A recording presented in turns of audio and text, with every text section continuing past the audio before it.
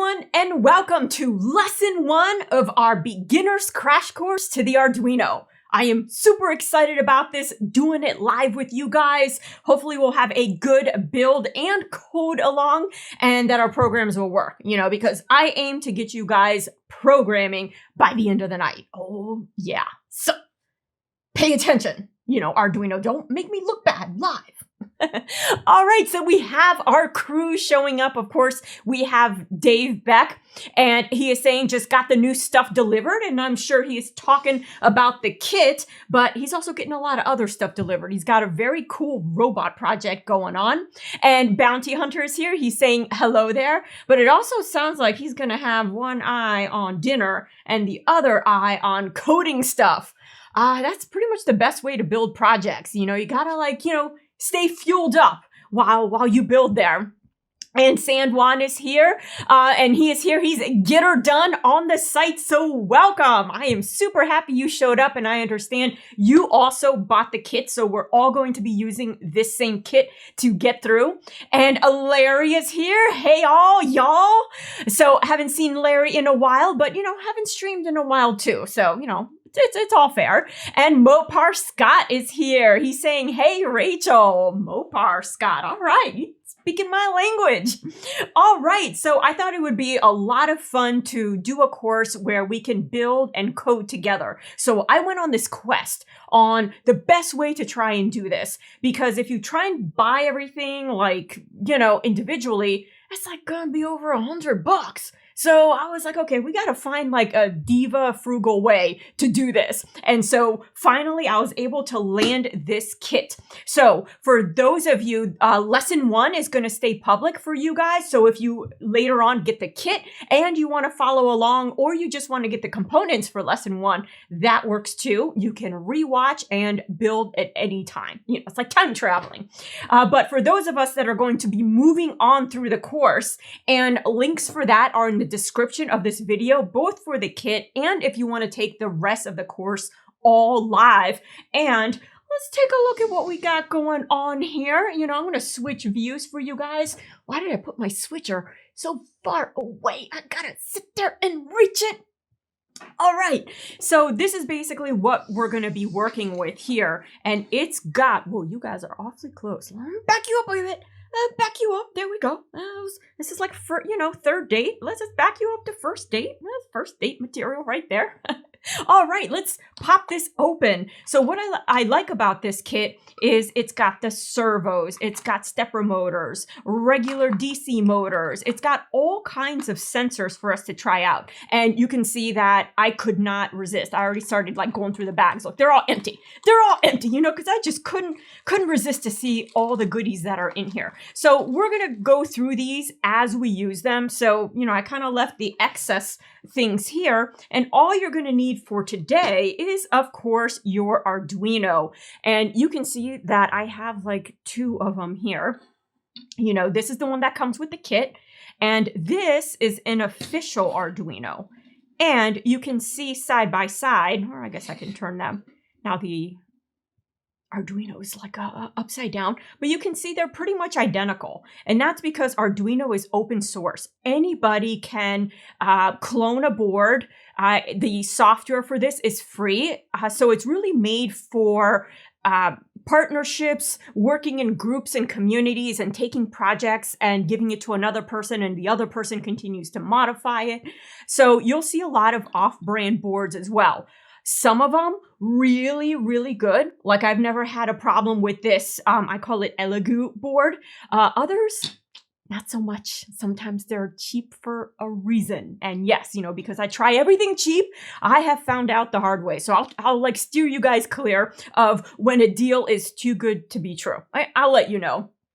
All right. So before we get started, I was going to do the official introduction to the Arduino, and I should probably get all studious and stuff, lecture time, and talk to you about, the goodness of learning Arduino and why you should do it.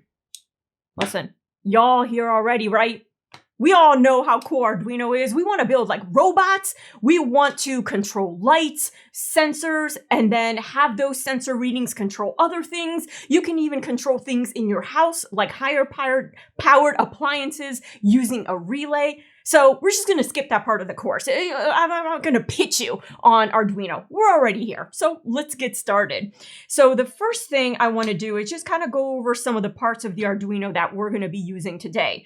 And so we're just going to kind of like look at the board, get to know the board, see what some other Arduinos look like. And then people, we got to get to the code. Oh yeah, and building circuits and things. So let's take a closer look. This is our your usual Arduino board, and you can see that it's very similar to this other Arduino board that I can lay on top, and maybe I'll back you guys out just to kind of show you some of the similarities, mostly similarities, and what some other boards may be missing. Now, I am not sponsored by Elegoo or Arduino or anything, so I can say what I want. I can say what I want about them.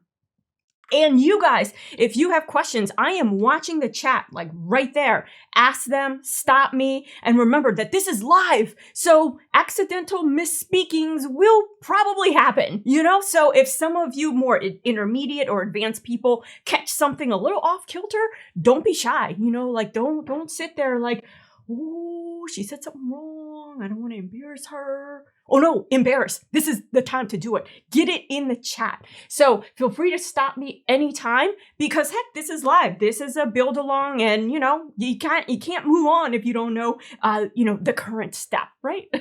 All right. So looking at the board, one of the first things you're going to notice is this a big old chip right here. And you can see that the Elegoo version has the same one. And that is your microcontroller right there.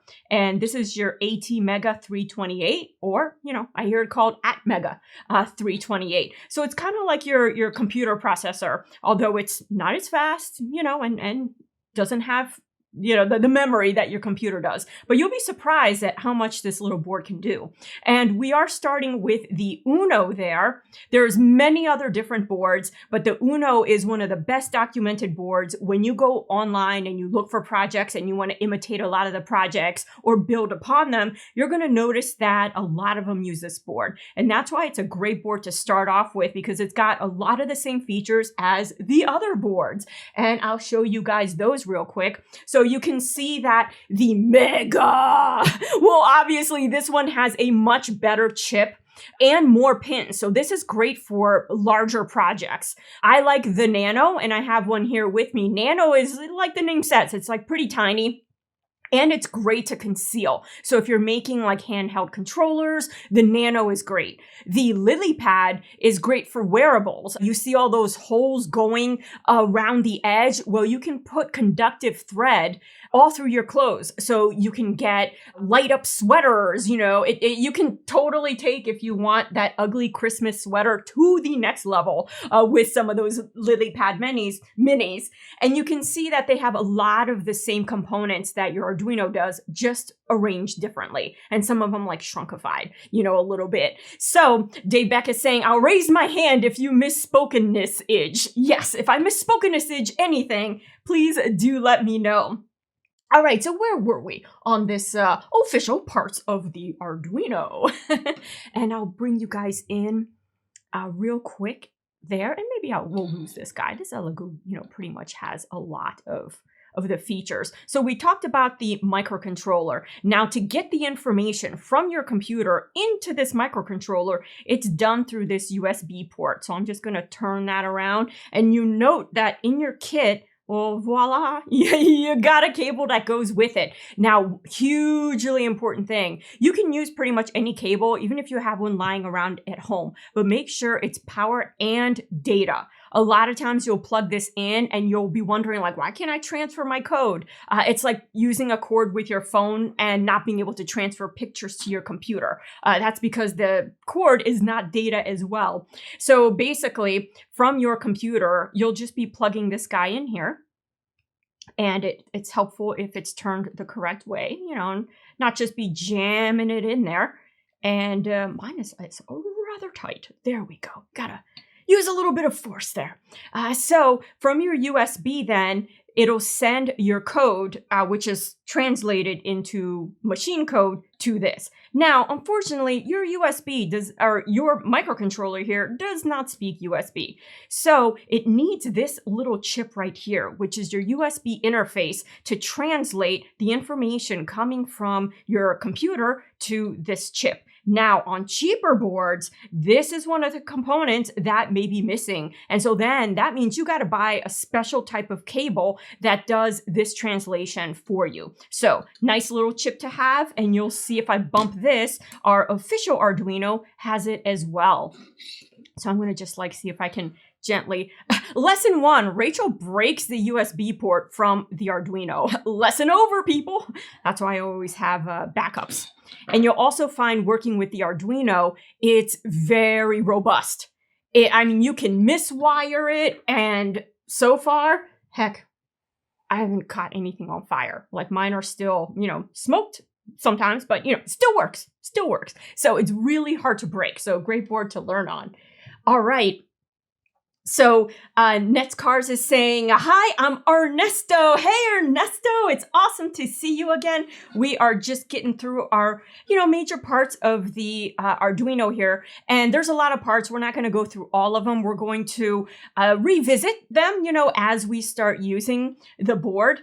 So you can obviously power and program your Arduino board through this USB port. Now, if you're making a robot or you're making something cool like a little cart that needs to wheel around, you're going to need an awfully long extension cord to power this thing. So that's where you have a couple options. You can plug a USB style battery into here, but you also have your regular barrel jack here that you can use to power the Arduino. Now, the Arduino works best between 7 and 12 volts. I believe the maximum is 20. Do not put more than 20 volts. So when you use a wall adapter, be sure to check your output voltage.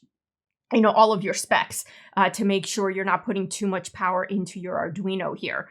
And the other thing you'll notice are these decoupling capacitors right here. Now, this is another feature that sometimes, and the camera's like, ooh, it's a little shiny. It's tough to focus.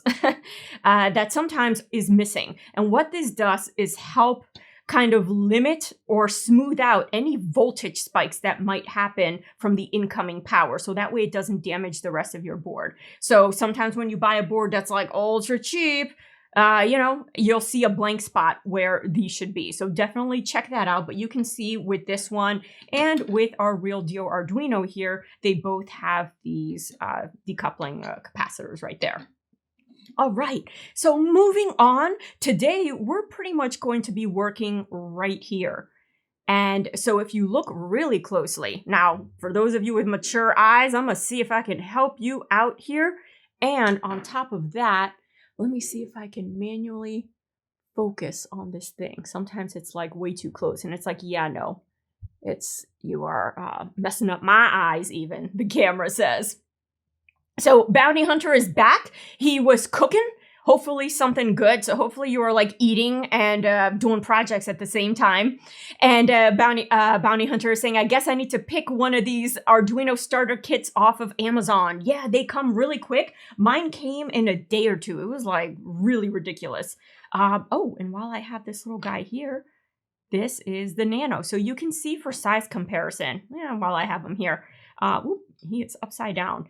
The size difference. So for really tiny projects, this guy is super great. You can see he's got a lot of the same components, a little bit different of a USB connection situation there. But otherwise, once we start using the Arduino Uno, they're all real Arduinos. It's not, this is a figment of my imagination. It's got pins, just like the larger one does. So I'm going to go back to this Elegoo one because it matches the one that you guys have. And Bounty Hunter confirms he is still cooking dinner. So we're pretty much going to be working with these digital pins right here. And starting from, and I need to kind of cheat and turn the board towards me so I can kind of see what I'm even saying. All right. So starting here, you can see this box. and it says GND. That's a ground. So for any components that you hook up, you can use this ground right here. As well as on this side of the board, we got more pins, and you can see 2 grounds right there too.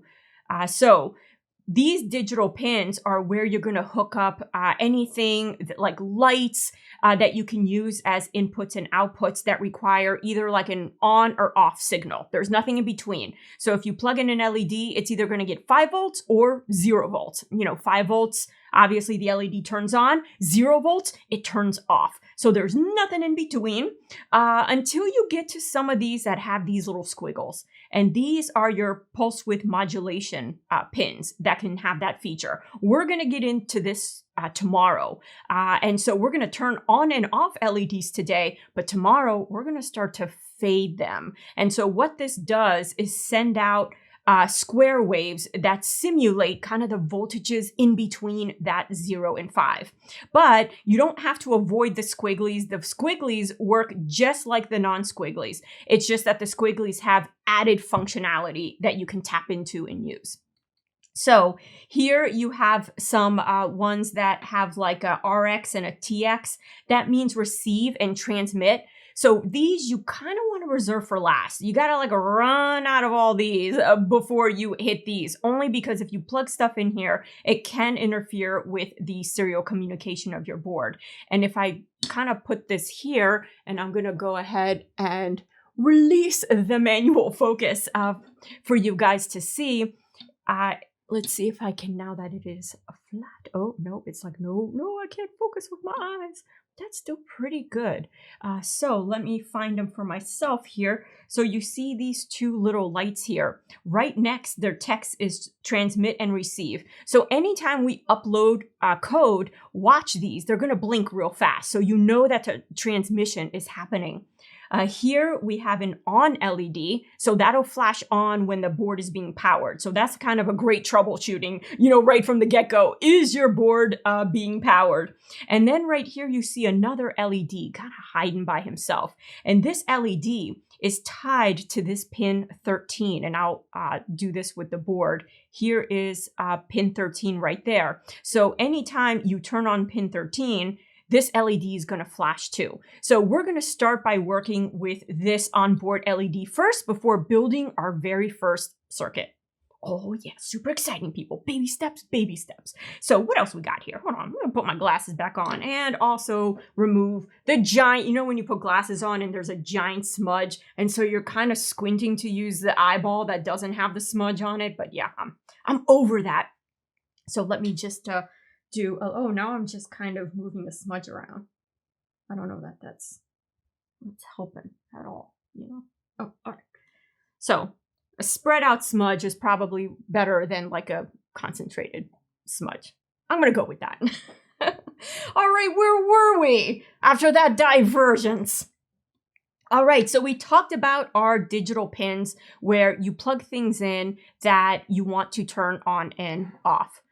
And the camera's like, no, there we go. You got to tilt it just right, it turns out, through here. And you can even see the word digital, PWN, to kind of remind you that the ones with the squiggly have that added functionality. So turning the board over, ooh, that's a great view. I might as well go over this right now. This little button right here.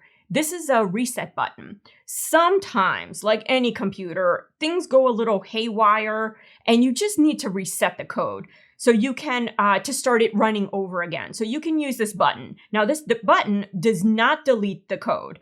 It just resets it. So it's kind of a good way, instead of like unplugging it and plugging it back in like a modem, you can just use the reset button. Although sometimes I end up doing both, just for witchcraft sake. Sometimes it's just gremlins.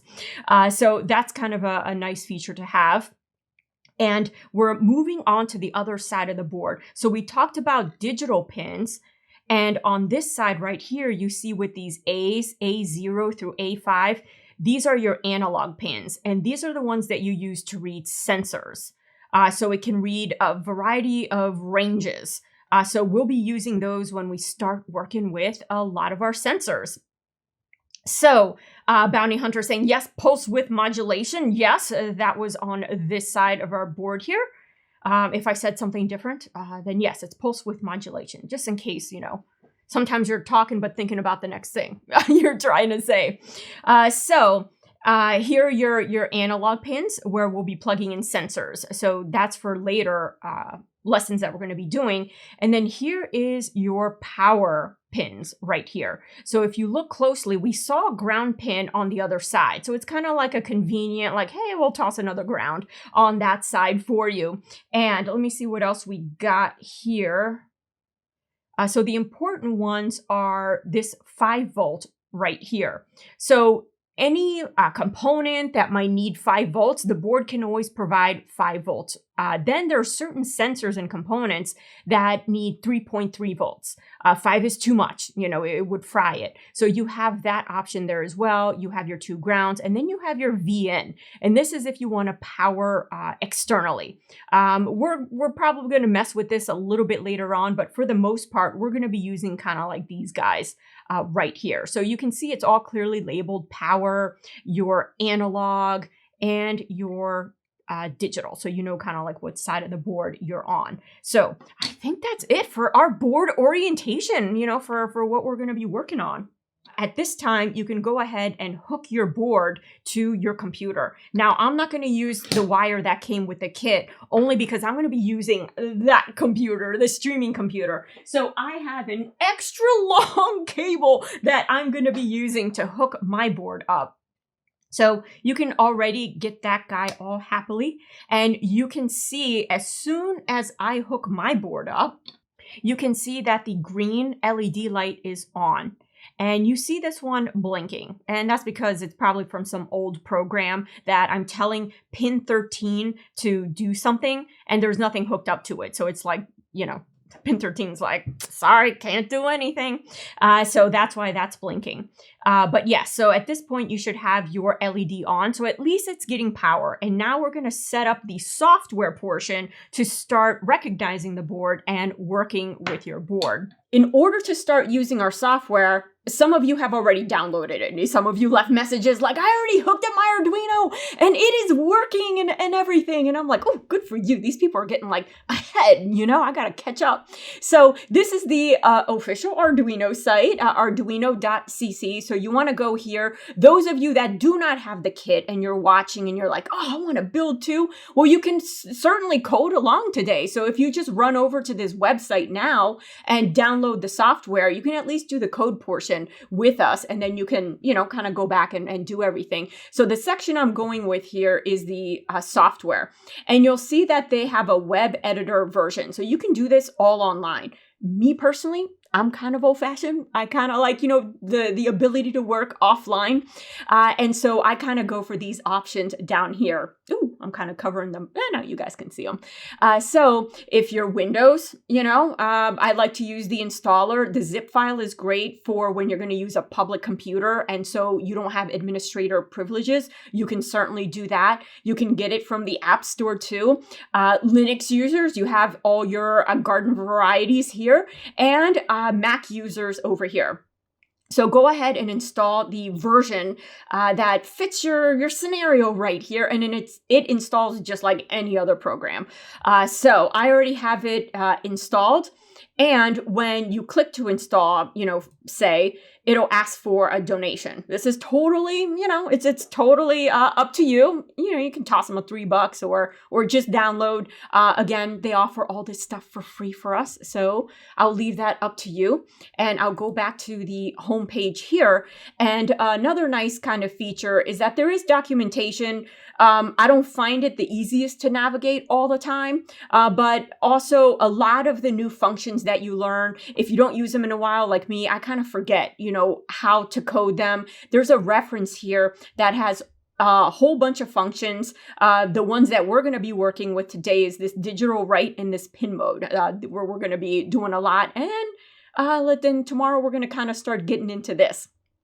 So it always gives you, you can go in here, it talks about how to use it. It even gives you like some example code. I'm just stalling while you guys are installing this, by the way, if you haven't noticed. There's also a community where you can look at different projects, download code, and then kind of like mess with it on your own. So it's a good resource site. There's also plenty of other communities that you can join. Including mine. You know, we always post projects and we do a lot of build-alongs together. So that's that on that end. Now, you guys that have installed it, fire that sucker up because let me switch screens here. Gotta like, turn like that. And let me shrink this here, get it out of the way, and get this code up here for us. So you can see once you fire up your Arduino after you've installed it, this is kind of what you end up with, this screen here. Those of you that are looking at this and you're like, oh, okay, I recognize some of this stuff. Listen, fancy pants. Get yourselves on out of here. This isn't for you. I'm super kidding. Of course it is. I love just back to basics, fundamentals type lessons, courses, tutorials, because oftentimes, me especially, I get in the weeds with projects. And sometimes it's just nice to remember and be like, oh yeah, that's a much easier way to do this. So looking at kind of like what you're dealing with here, under file, a new sketch, there's, a couple different options there. If you have your board plugged in, the first thing you want to do is go to tools and then go to board. And you can see that mine is already saying Arduino Uno. And if you kind of scroll down, look for the Arduino Uno as well. Even if you're using an off-brand like we are right now, it's based on the Arduino Uno. And you can see there's the Arduino Un, the Nano, the Mega, a lot of the ones that we kind of talked about, the Lily Pad, which is great for wearables. So you want to kind of set up the environment to match the board that you're using here. Then there's a boards manager that allows you to add additional boards, which, we've already done projects that involve that. So that's step one. Step two is then setting up your port. Like, where is this Arduino plugged into? Now, if you're on a Windows computer, it's usually pretty easy because it'll kind of cheat and it'll have this thing like in parentheses right there. Now, if you're on a Mac, it's a little bit more complex because it's a little like sometimes it's just a bit of gibberish. So what I like to do is count, okay, so I have two things plugged in. Unplug something and then go back to this menu and see what's missing. So then the thing that's missing is your board. So then plug it in and then choose that thing. So that's sometimes how I'll navigate this on a Mac. So it looks like that I'm already pretty much set up, and you can look very tiny down here. You may have to blow up the video. It says Arduino Uno on COM3. So it looks like it's happy, that we're all connected here. And Dave is saying, I am open source nut. I love donating money for these things. Awesome, because it just keeps it going, I hate going to a site that's like all of a sudden shut down and you're like, no. All right, so we've gone through our tools. We have our Arduino board set up, and there are a couple buttons kind of going on up here. And the first one is verify. That's kind of like a spell check / code translation. So when you hit verify, what it'll do is go through your code. And if there's any glaring errors, it'll actually tell you. And like the errors will kind of pop up in this area down here to try and help you kind of locate where they are. What it also does is translate this human readable code that us humans can read and change it to machine language that your microcontroller can read. So it kind of dual function. Now, this little arrow here is your upload. So once we're done our code and we want to upload it to the Arduino, you click this arrow here. And then, a new file, open, save, like we all know that stuff, moving on. Over here, you see a little magnifying glass, and we're going to get into this, I believe, in lesson 3 when we hit potentiometers. Now, there are times when you have something plugged in, you need to be able to read the reading. Say you have a temperature gauge or a temperature sensor plugged into your Arduino. Well, how do you know what the heck temperature it is? You know, so you can write code to spit out the temperature all on this little monitor. And later on, we'll learn how to hook an actual LCD screen so we don't have to like be tied to our computer. You can make portable projects. So this is something that we are going to start touching on the third lesson. So we're going to hide you right there. So one of the first things, I'm just going to take this and kind of like arrow down like that. You'll notice that the code is like different colors, you know, and just like in the reference that I was showing on the website, you can see that it had some kind of functions that are keywords. So it recognizes certain words as keywords, and capitalization matters. So here you can see some grayed out things. Now the grayed out areas are called comments, and there's single line comments and multi-line comments. This is a single line comment. Comments are really useful if you are a developer or programmer, you made a cool project, you want to release it to people, and you want to write notes. Well, how does the Arduino know that that's a personal note and not code?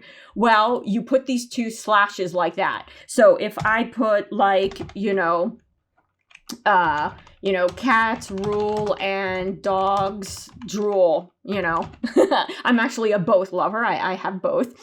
So you see that it's grayed out. Anything, these one-liners are skipped over by the program. It knows it's not code. It's, let's just skip it over. But sometimes you can put things like, hook sensor to pin 9. So for a beginner, they can start seeing these notes and it really helps them out. So you can already see two functions here with some helper tips. Like inside this void setup and these little curly brackets there, it says put your code here to run once. So any code that we put in this void setup area will run one time. And this code, this area is really great for telling Arduino where your pins are. So say you connect an LED to pin 9. Just because you connect it on the Arduino is not auto-sensing. It's not like, oh, there's stuff connected to me. You actually have to tell it that there's stuff connected to them, to him or her, through the code. So we're going to go ahead and do that shortly here. And then the void loop section right here, this is the code that runs repeatedly. So Arduino will read the code from top to bottom. And once it gets to the bottom, I'll say bottom of code here. Can I spell? So once it gets to the bottom, it'll go right back up to this loop and read all the code that you have here again and execute it again, just over and over and over again until you turn the Arduino off or there is some code that gets it out of that loop. So here, let's just see what happens if I try and compile this. There's no code, but I wrote things here that are clearly not a code. So if it wants me to save it, so I don't want to save it. So you saw like a red, not a red, but a green bar as it went spell checking it in essence. And it's telling me I have an error. And here it says bottom was not declared in the scope. So it's not liking what I put here. So if you make a mistake in your code, the Arduino will try its best to tell you where this mistake is. It's not always helpful. Sometimes like it just kind of spits out something that doesn't help you really pinpoint too much. And then you gotta go like line by line. So that's our sections. You saw the single line commentary, but when you download code from the internet for a project, oftentimes you'll see a giant block of just instructions at the top, and that's your multi-line comments. So you'll notice that with this single line comment, the second I hit enter and I continue my sentence, well, now it's black. It's not commented out. It's going to try and read this as code. So if you want to make multi-line comments, the way to do that is to start it that way. And you see, I have started the multi-line comment. And so it starts with an opening,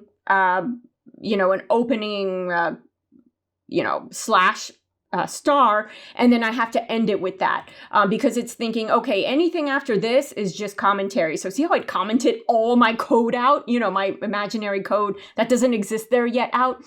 So we can start typing things like this project is public domain, feel free to use it for personal projects.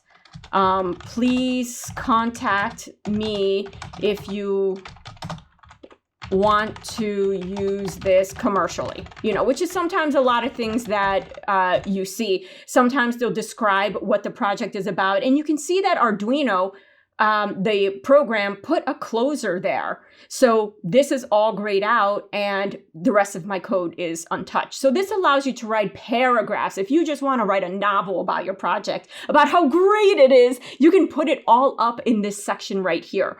So we've gone over single line comments and we've gone over multi-line comments. And we're not really going to touch on multi-line comments too much from here, but they're really great to have, especially if you want to share this project online, to describe your project, how to get a hold of you. Sometimes, a lot of these developers have their own website to promote their projects. So let's start with this void setup. This is where you put your code once. And we're going to try and get that, like my LED is just like blinking. So what I'm going to do is just upload this code just to kind of make it start fresh. And you can see here it says sketch. Just like Word docs are called docs, Arduino documents or programs are called sketches, and it'll automatically put today's date, like April 4th. And anytime you see this kind of squiggly situation, it's a visual indicator to you that your code is not saved. And those of us that work on computers know you always want to be saving periodically, just in case something crashes. So we can go ahead and save this. So let's see, it goes automatically to your Arduino folder. So we're going to call this Onboard LED blank. Now, no spaces, and we save that. All right, see how it changed the name, and it changed the name here on the tab as well. And you can see that the squigglies are gone because it saved it. So let's go ahead and upload it. It probably did, and I just like missed it because I'm talking to y'all. And you can see that it went green. It was happy. And you can see that the LED is just on now. It stopped blinking. It's just kind of like, I'm ready now. And you can see all of the information, how much space you're using, information about your program right here. So you can start to monitor if you're running out of space. But you can write thousands of lines of code without running out of space. All right. I've been neglecting my comments here. Dave, who uses a Mac, has some good tips on identifying the port that your Arduino is tied to or connected to. He said it's usually the bottom item on the port on a Mac, and you are so right. It is usually the bottom item on your list there. And Bounty Hunter Breaks saying, reminiscent of programming in BASIC and using remark statements. San Juan is, so it ignores the double backslash. Yes, anything that you put on the same line as this double backslash will be ignored. That's your own personal secret notes, that the Arduino can't read. So we're going to use a lot of these single lines to kind of like make little notes to ourselves as we start here. So I've gotten that LED to stop blinking. So in order to get started, let's figure out what we would need to put in this void setup section that would need to run once, that we need to tell the Arduino one time. And it best be listening, not like your significant other where sometimes like she tells you 5 million times and sometimes it's better to be selective hearing. Your Arduino is not selective hearing, so you only need to tell it to do things one time. So the first thing we're going to do is use our very first function, people, very first function. And remember, capitalization does matter. Now, it's called pin mode. So we want to tell the Arduino that pin 13, what mode is it in? What's its mood? Is it acting as an output or is it acting as an input? Those are the only options, input or output. Now, of course, we want the light to turn on. So we're going to output the voltage to that LED. So it's going to act as an output. Now, the Arduino doesn't magically know like what component or what pin we're referring to. So I'm going to say that pin mode takes 2 arguments. The pin it's connected to, and then whether it's an input or an output, So the pin it's connected to is pin 13. That onboard LED is connected to pin 13. And we want to set it to an output. and you see that it turned green. You're like, okay, so that kind of, I liked it. It recognized my keyword. Now you always end your arguments here or your statements with a semicolon. It's like a period in, regular sentences. So that's probably the number one thing that you'll forget, or I will admit that I forget, and then you're going through your code trying to find it. Now look what happens if I kind of goof and I go little letters.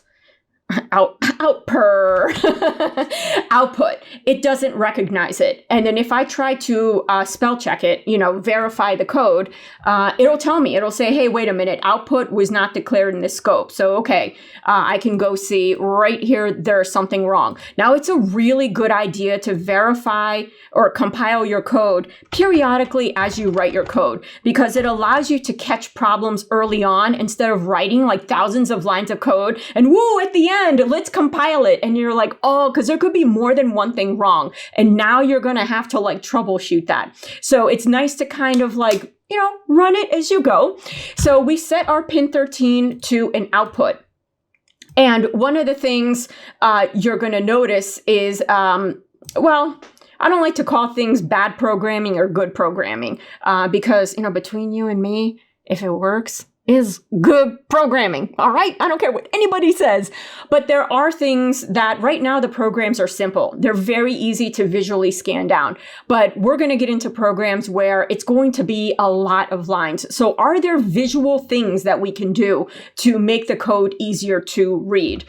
So here, some people like to indent 1, some people like to indent 2. So that way void setup is all the way to the left, so you can start to see this code as groups. Does it affect the correctness of the code? Not at all. Like this spacing does not affect correctness. See how everything is running together? There is no space. I can compile that and it's just happy. Or I can add a ton of space like this and compile that and it's happy. So the objective as a programmer is you want to make your code as succinct as possible. So we're going to be starting with a lot of long form stuff, and then we're going to start to succinctize it down. Yeah.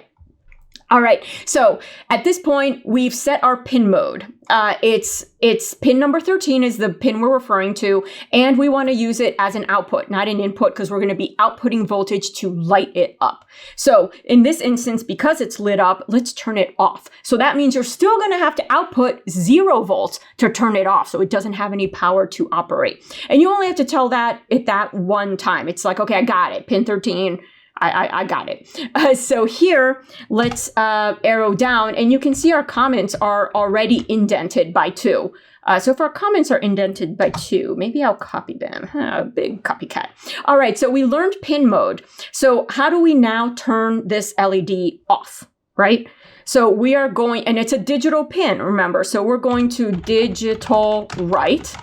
See how it turned color? Like this is all Bob Ross going up in here. Like Arduino is just channeling its inner Bob Ross. So digital right, where is this light? We want a digital right pin 13.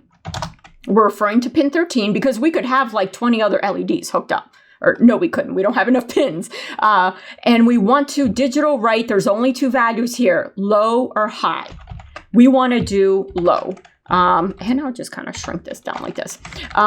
We want to do low. So low always means it's getting 0 volts. If you put high, that means it's getting 5 volts. There's only low or high when you're working with the digital pins until we get into later lessons. We'll get to that.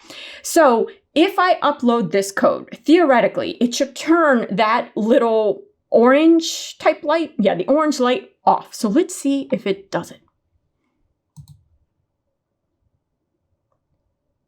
All right, so if you watched really carefully, you saw that RX-TX dual lights kind of like blink as it was receiving the information. Sometimes your board will kind of like light up and make a little dance, but you can see that we've turned that LED off. So let me know if you were able to turn your LED off. And let me catch up on my comments. Let me actually move the comments over here so I can see them with you guys. This is OOP. So there are some weird syntax things. Yup. outpour kitty language, right, Amicus? Yes. See, my cat was just like, I am going to, screw up your stream. They're always like evil. They're trying to find ways they hide things from my projects, knock them off the table, and then I spend the stream looking for them. And Dave, he's the keeper of my weird dictionary anytime I say weird things. So he's adding succincticize to the dictionary. Yes, when we want to get things succinct, we succincticize them. All right, so I got your guys' commentary. Yes, if you have questions, feel free to stop me.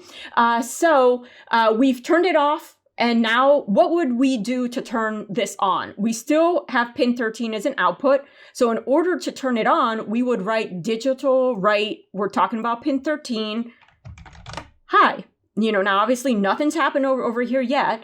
So let's upload this code. Now, if you don't compile it and you just upload, it's like, oh, it catches you. It'll compile it before it sends it over.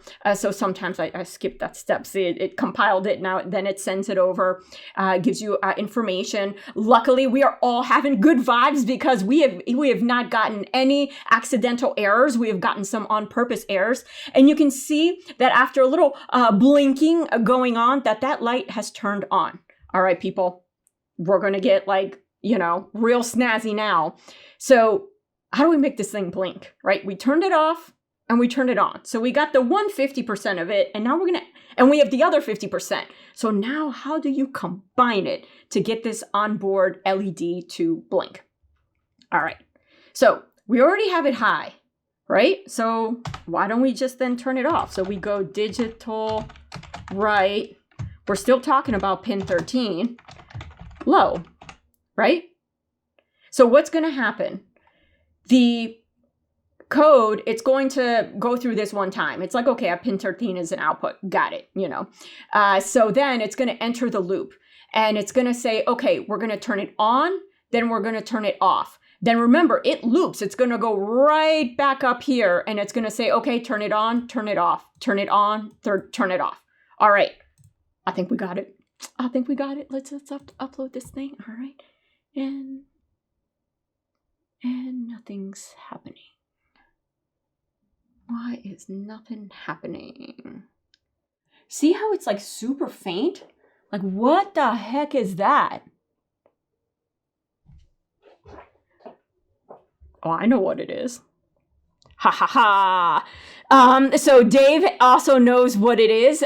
So the Arduino, remember I was saying it's like a processor. It's not as fast or as much memory. It's pretty darn fast. It is pretty darn fast. So what's happening there is that the light is turning on and off so fast that our eyes cannot detect it. So depending on the board, sometimes it'll be like this dim kind of like flicker or just like a dim solid light because you can't even tell. So how do we slow this down in a way that our human eyes can detect it?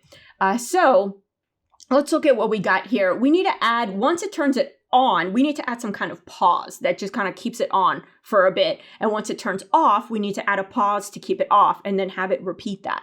So I'm going to create another line over here. And the way we add pauses in codes, there's many ways. The first one we're going to learn about is a delay. I mean, that sounds kind of like, but at least digital write, pin mode, some of these functions are kind of funky until you start using them a lot. Then they make, a ton of sense. But delay is one that I'm like, all right, I like whoever invented that one, so delay. Now, what goes in this parentheses is in milliseconds. So 500 is half a second. So maybe we do that. So what's going to happen is it's going to turn it on. It's going to hold there for half a second. Then it's going to turn it off. And we want it to hold there for half a second. We want to keep it off for half a second. So let's see if we can get something. Ooh, not 50. Let's see if we can get something a little bit more visual for us. So let me upload this code right here. Oh, we slowed it down, people. Oh, yeah, we did it. So So Mopar Scott totally nailed it. It was probably flashing too fast, and that is exactly what was going on. And Sanwan is saying, is that the 1000 millisecond stuff? Indeed it is. So yes, if we wanted to blink every 1 second, then we would change this to 1000. We can also change it for 2 seconds, 2000, like that.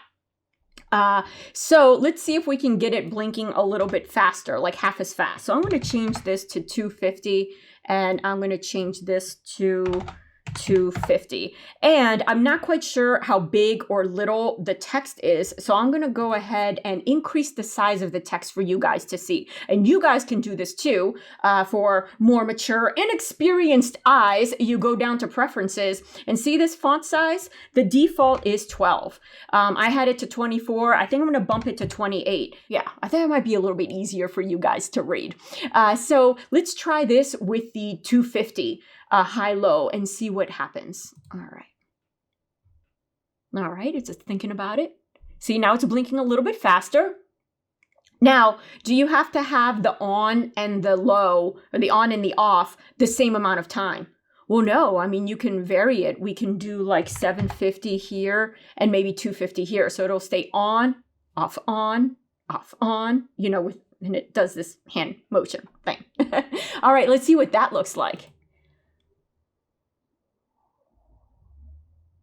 Yeah, it's more on than it is off. And we can make that more pronounced by making like this 250. We can make it 100 and upload that and see what happens. Yeah, so it's on way more than it is off. So you can vary your on-off to get kind of cool patterns, and then imagine adding more LEDs, then you can get really cool patterns.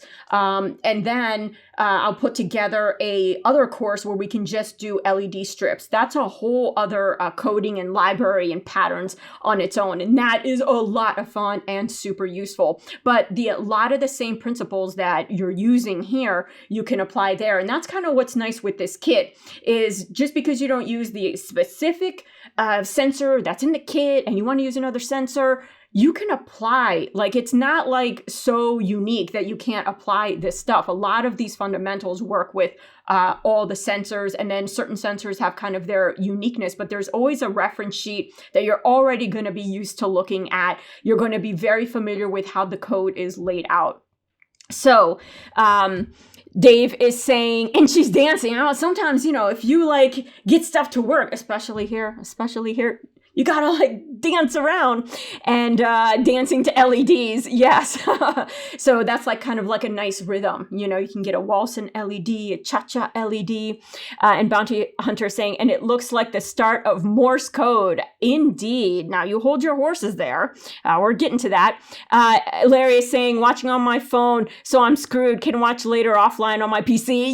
Yep. I don't know how much bigger I can make this this code here without it wrapping around. So guys, I think we done mastered the onboard LED. So I say we put together our very first circuit. The other thing I wanted to cover real quick is, you know, yes, capitalization does matter. And you can start seeing that a lot of the code is written with the first word lowercase, and then the second word with the first letter capitalized. That's something you're going to start seeing a lot, you know, in the code.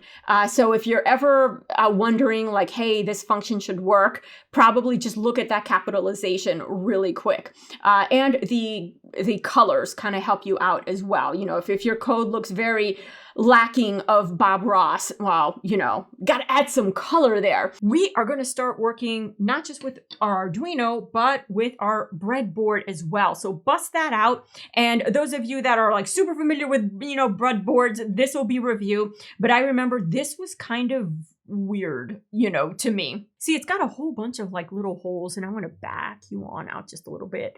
And like, how does one connect things to it? So once you see kind of how it works, and you start building your first circuits, it starts to get really, really easy. The kit had this little baby one here and the big one. I'm gonna supersize this project. Even if we put a single LED on it, yeah, we are supersizing our board. Most breadboards will come with a double-sided foam tape. I almost never take this off because breadboards are for just quick prototyping.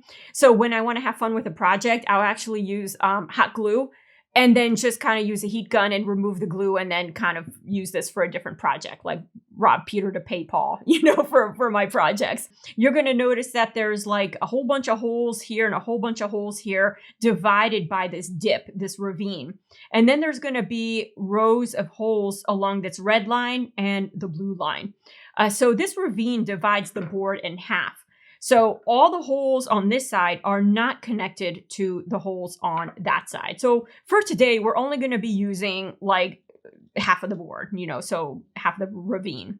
Although I might jump ravines just for fun. So in these breadboards, you're going to notice A, B, C, D, and E here, really little. So in a given row, or I guess the way you guys are looking at it is columns. All these are electrically connected and all these. So for instance, this hole right here is not electrically connected to another column, but it is electrically connected to every hole within that same column. And the best way to cheat and kind of see how these things work is simply to peel this thing off. So what I'm doing is peeling the back of this for you guys to kind of see what the heck it looks like back here. You can see rows like that and see all the little holes that are connected to this row of metal. So anything that I connect in here will be connected, but this is separate from the one right next to it, which is separate from the one right next to it. So turning it around, you can see how that corresponds with the different rows. And now I'm holding it this way for you guys. Now it becomes rows for us. If this were an LED, say, and I put them in different rows like that, well, now the different legs of the LED are not connected. And that's important because you don't want it to short. Now, if I were to take that same LED and I turn it and I put it both legs on the same row like that, well, now they're electrically connected and it'll short, which means the LED will not work. Obviously, nothing is connected here, so the LED is safe. The LED is safe. So the best way to start learning the board is just actually, you know, using it. These are power rails similar to your Arduino. So along this red, these are all connected. So sometimes you have so many components that you run out of ground or power on your board. So you send one wire out to activate all this power, and then all of your components can tap into this red line. Similarly with the blue, which is your ground, you can send one wire from your Arduino to the blue. And because it's connected to one hole, all holes are now connected together. And so you can plug grounds from a whole bunch of components into one breadboard. So these power rails are really useful. This ravine is great for chips. You know, boards like this, where if I were to plug this board like this, well, this pin over here is now electrically connected to this pin. And we don't want that. Each pin has to work individually. So if you stick it across the ravine like that, well, now each pin is separate and you can plug different things into each pin. But we're going to get to that when we work with buttons. You know, so let's just build our first circuit here. And the more circuits you build, the more breadboards will make sense. So when looking up projects online, you'll typically see them like this. So you can see that how our red LED is hooked up. And so with LEDs, it is super important that you use a resistor or else they consume too much current and they'll burn out. So you can see the positive I have connected through a resistor into pin 13, it looks like, if my eyes don't deceive me. And of course, the other leg is connected to ground, your cathode. So anode is positive and cathode is negative. So LEDs have polarity. You can't hook them up backwards. If you hook them up backwards, they just don't work. So you want to make sure you hook them up right. So how does one know which leg is which? You know, luckily there's a little, you know, they help us out a little bit. They don't always do that, you know, but they help us out this time. So I'm going to let's grab red for Danger, Will Robinson. So looking at this, you'll notice that one of the legs is a little longer than the other. So you'll know that the long leg is your anode, which is your positive, and the short leg is your negative, and that's your cathode. So that's how you always know. Now, if you really, I've never been able to see this, people, but some people claim they can see it. But your cathode is also, so I'm going to see if I can lay him kind of, make him go to sleep. Or hold him like really still, like that. Now, on the cathode side, which is where my thumb is, the short leg, the bulb is flattened. Like there's a flat area of the bulb here. Like, honestly, don't look flat to me, you know, but theoretically it is. And I think it's just my eyes that can't see it. So on this side, it's flat. And on this side is got a lip, like this little ring that goes around the LED. Now, if you can't see it, don't worry about it. I've never been able to see this flat side and this non-flat side. I always just go by the legs. So what happens if you don't use a resistor? All right. So I'm going to sacrifice one of these guys for you to see what happens when you don't use a resistor. So the cathode is on this side. So right here is flat, and then right here has the lip. I mean, I can barely see it. If that was like the only thing that I had to go on to determine, I'd be in trouble. It's just too much. So I just stick with the short leg and the long leg. And so all I'm going to do is hold this little guy here, and we are going to stick him on a 9-volt. Now, this could happen real fast, so we could miss it. Hold on. I think I need to open the legs more. No, he is dead. And so if you listen carefully, I heard a little pop, like a very, very tiny pop. Smoke test, Dave says. So they do burn out and they get warm, you know, really fast. So I'm going to leave his legs kind of open like this to indicate to me he's the burnt one. He's the burnt one. So the resistors are really important in controlling that. Now, we've all heard about, well, components only consume the current they need. Now, the max current for an LED bulb is like 30 milliamps. So if that were true, why did it consume so much current and burn itself? Well, certain components are like that guy at the party, at the buffet, that they just like, you know, dinner's coming, but they just like eat down the whole buffet. That is like your LED. For whatever reason, it's just like, oh, current. So we have to limit the current that's going to the LED. And how bright an LED shines depends on current. So if you limit the current too much, it's going to be kind of dim. If you limit it too much, it'll be kind of dim. If you don't limit it enough, you run the risk of burning it out. So how does one know what kind of resistor to use? So bust out your little packets here, your little packets. And Mopar said, once you let the smoke out of them, they don't work. That's true. That's true. And San Juan is saying, that's funny right there. Oh, yeah. I'm imagining you're referring to the dude at the party. We all know who that dude is. We all have like that friend or family member where you're like, oh, they're about to hit the buffet bar. That's your LEDs right there. And so the way you find out what resistor to use is using, ye old Ohm's law. Now, by rule of thumb, anything from like 220 to 1,000 ohms will work. You know, but we want to kind of fine tune it to a place where we can get maximum brightness without killing our LED. So everyone's loving it. You can't put this, you can never put the smoke back in. It never works that way. So let me dig out Ohm's law here. We're going to go through this fast. This is the boring part. Oh, the math part.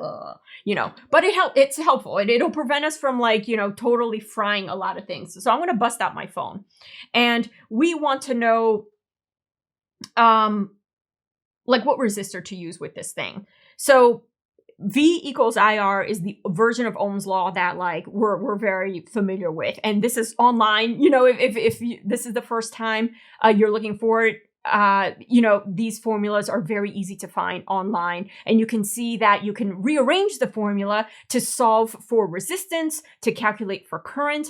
Now, one of the really important things with Arduino is that the maximum you want to draw from the pin is about 40 milliamps. Now, you never want to run any component on its maximum. So the optimum current coming out of that pin or drawing from the pin should be 20 milliamps. So that's our I. So we have our I, it's 20 milliamps. The volts, well, we know that although the Arduino puts out 5 volts, a lot of these LEDs are rated for about 2-ish to 3-ish volts. Now, the exact volt rating can be determined by going to the LED's data sheet. A lot of times when you buy LEDs in kits, it'll have it right on the kit what the voltage, the operating voltage is for it. And it's usually like within a range. So we're going to use the typical 2 to 3 volts. Let's go with 3. You know, we ain't frying anything with 3. So I am basically busting out my calculator and I'm going to show you guys. So we're going to divide the volts by the current. And the current is in amps in this case. So volts in volts, resistance in ohms, and current in amps. So we just have to remember to convert.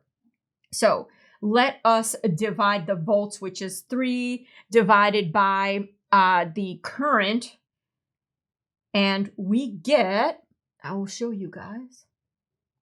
If you can see, there we go. So 3 volts, I'll go like that, divided by our current will give us 150 ohms.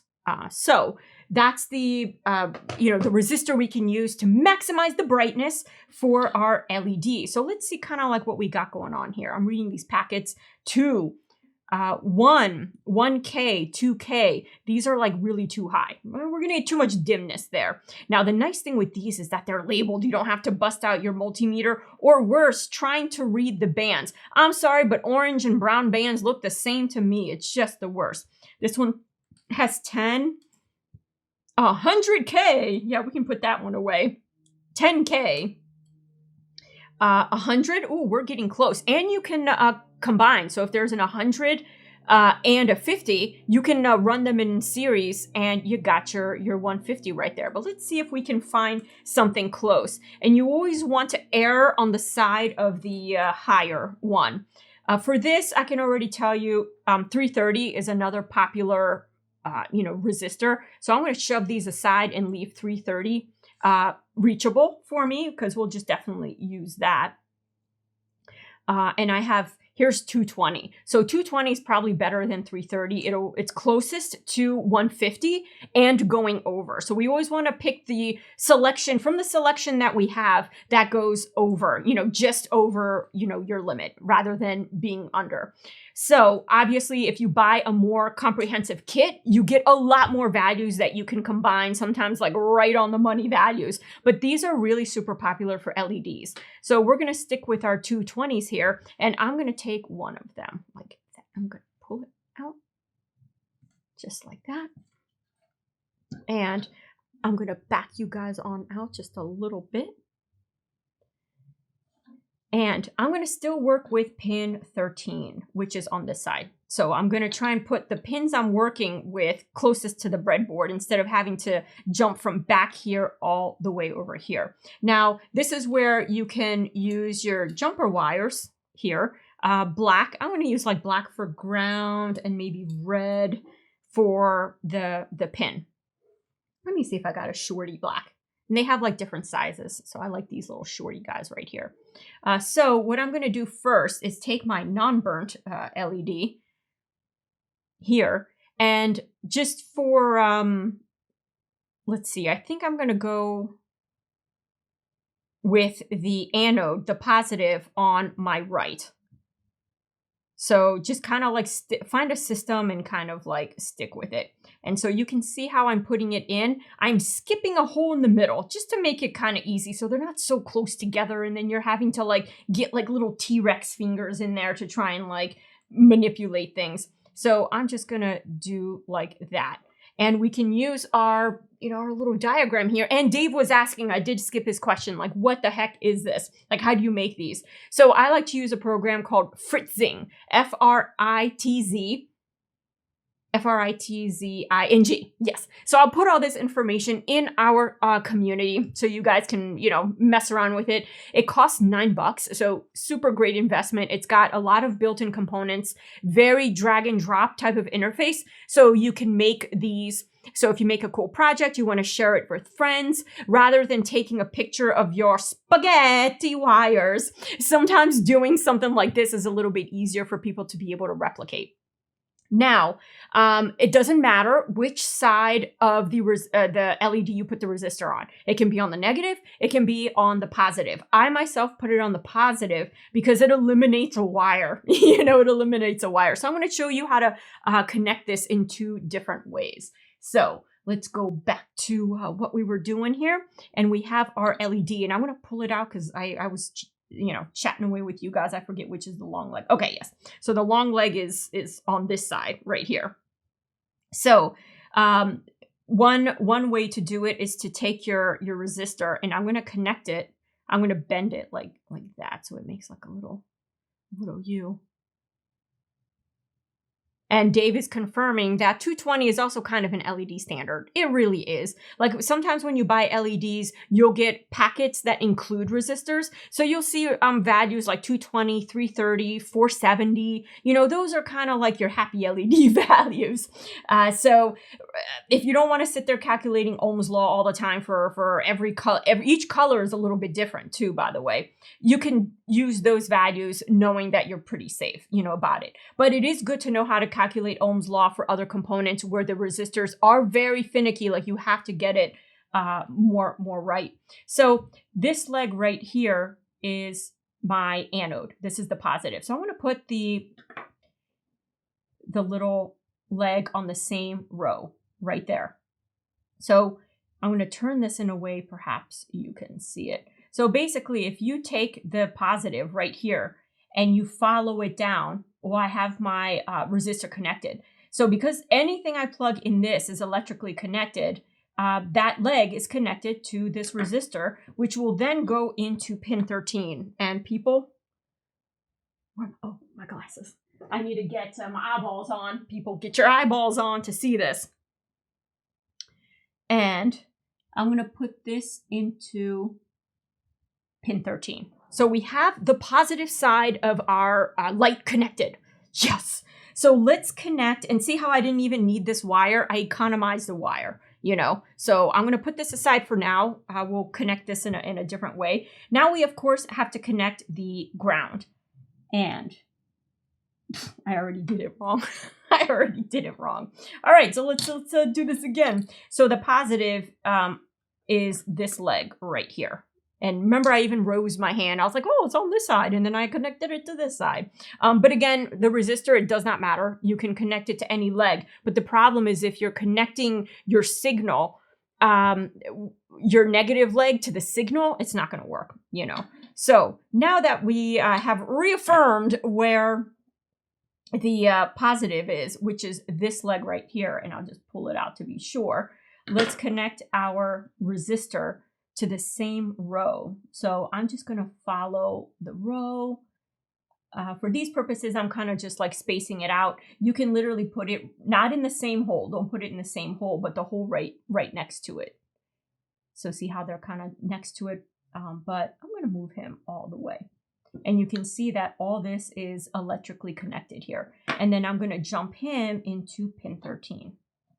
All right, people. And I purposely arranged it this way, so that way the positive goes into pin 13, and there's a ground right here, right next to it on the left side. So left for ground, going right to positive.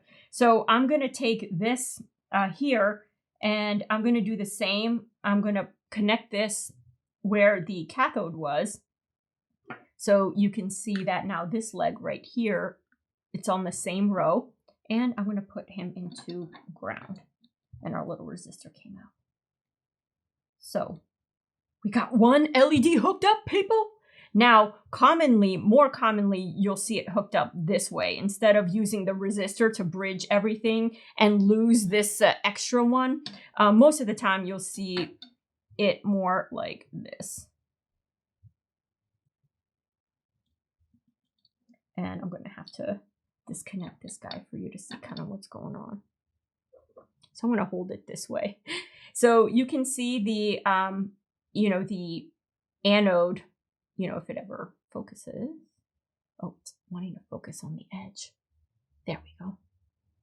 The little anode of our LED is connected to one side of the resistor. It loops up and is connected to that hole right there. All on the same row, all on the same row. And then you can use a red one like that, or any color you want, to connect it to pin 13. Almost always you'll see it wired up that way, you know, so all the components are on the breadboard and only the wires like make the jump.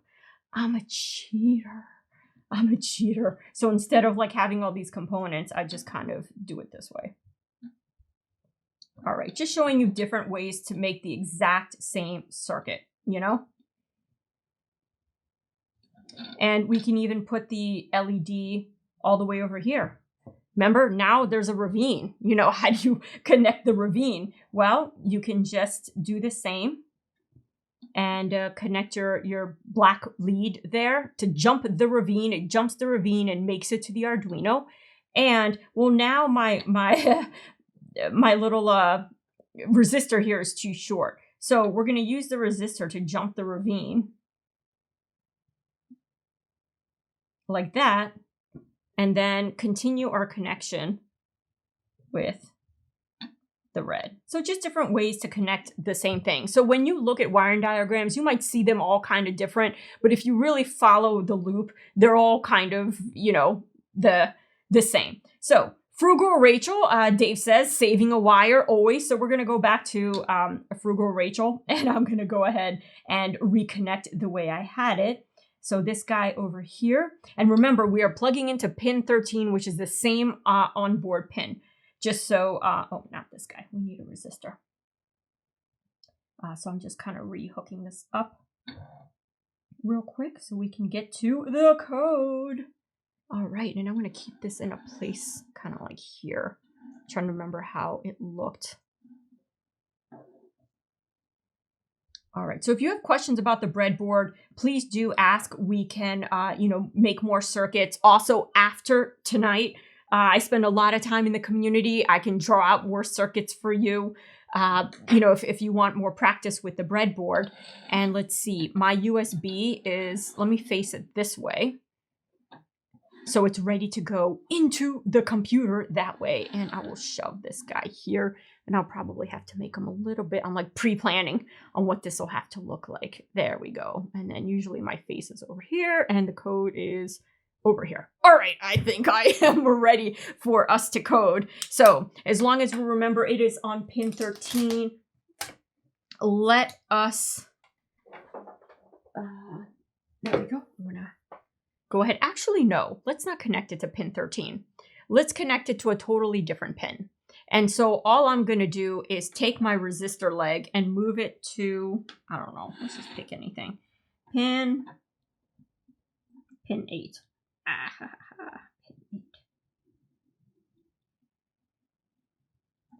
There we go.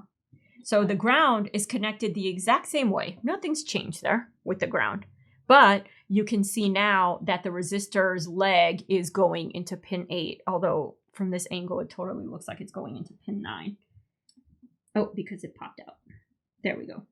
Now it's connecting into pin 8. All right, so we'll remember to change that in our code. Unlucky 13, exactly. Like I'm just like remedying that right away, you know, just so this works right out of the bag. So let us connect it now. Dave is saying I said let us. Indeed I did. All right, so.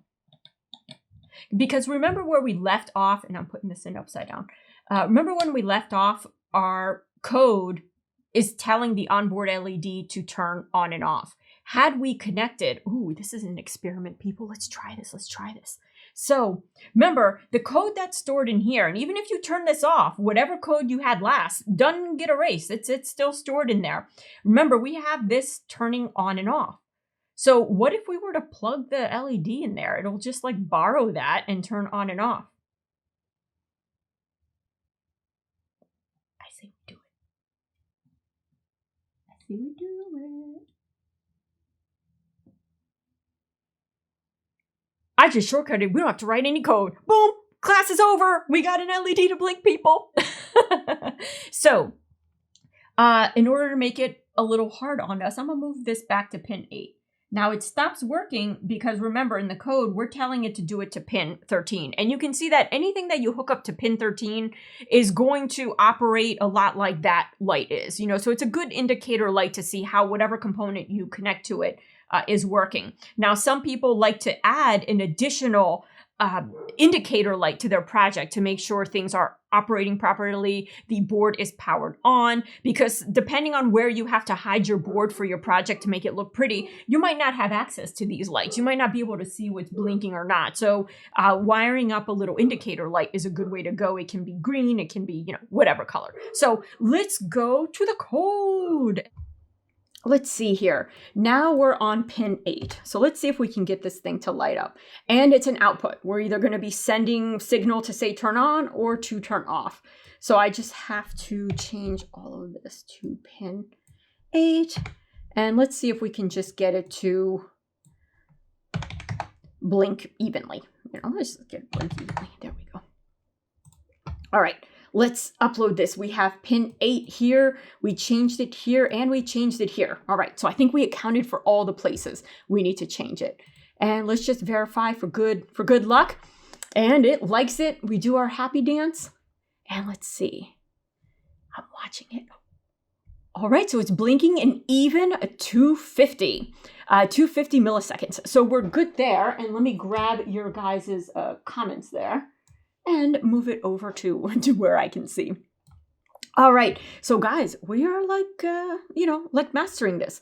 So I would like to get into some more stuff here. I don't know if you guys want to do it. We got time, we might as well. It says you guys are like smarty pants, like you already got this, you know, already. So let's see here.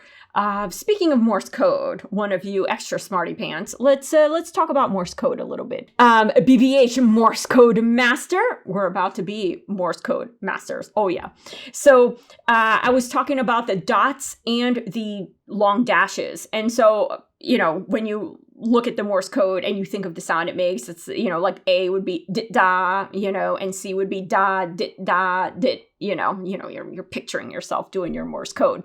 So it turns out that dit is 1 unit and da is 3 units. Now you can pick your units, you know, we'll pick kind of a length of time to represent a dit and a length of time to represent the das. The space between dits and das is 1 unit. The space between letters is 3 units and the space between words is 7 units. All right, BHB. Yes, Dave meant BHB for the master, for the Morse code master. So pick a word, you guys. I mean, SOS, everyone does the dit, dit, dit, da, da, da, dit, dit, dit. So let's do something else. I'm going to do love. You know, that's how I feel about you guys. I'm going to do love. So what I'm going to do to make my life easier so we don't have to flip a screen so much is actually write this down with a working pen. I have like 5 pens, none of which work. So L, I'm going to write, and you guys can kind of like write this down too, so we don't have to keep coming back to this screen here. The O is 3 longs, and V is, where's V? V is 3 little dots and a long, and E is a dot. And let's see, the dit is 1 unit, that's 3 units. Space between letters is 3 units. And we're not going to worry about space between words because we're just doing the 1 word.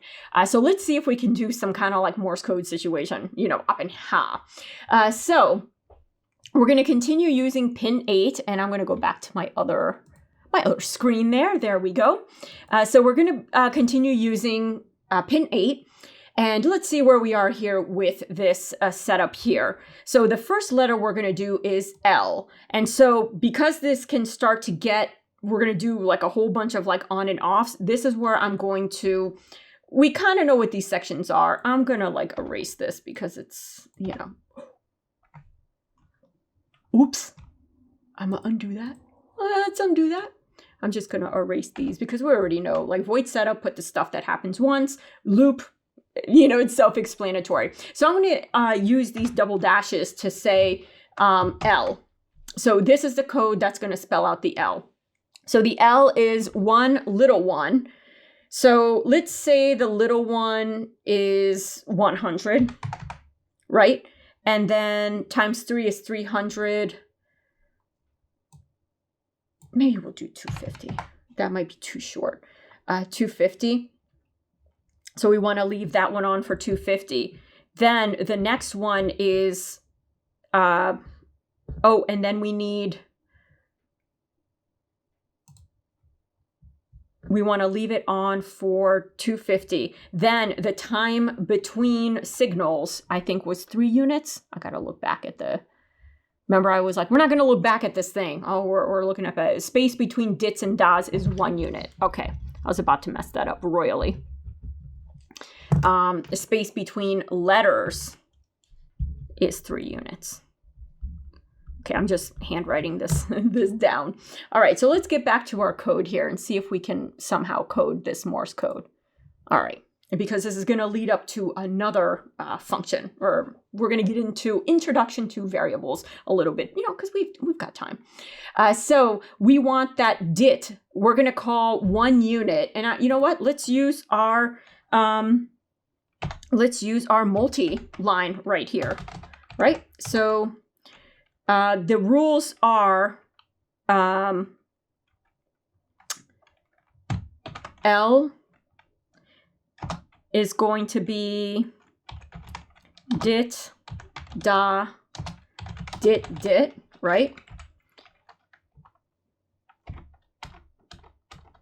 And then O is going to be da, just so we have it in front of us. You guys have it and I have it. And then V is going to be dit, da. And then E is going to be, did I not write it down? E, oh, it's just 1 dit. I did write it down. It got obliterated. All right, so the E is going to be dit. All right, so now we have kind of like our framework here for what we're doing without affecting the rest of the code down here. So we're going to work on the L portion here, which is dit, da, dit. All right, so the dit is going to be the 250 to keep it on. Then we need to keep it off for also 1 unit. So that's going to be our 250. All right. So that is our dit. And then now let's do, and I'm going to put a space. So digital write pin 8 high. And we're going to delay this for, we did the dit, now we're doing the da. So we have to do this for 3 units, which would be 750. 750, right? I'm trying to add like way more seconds. And then we need to digital write pin 8 low for the 250.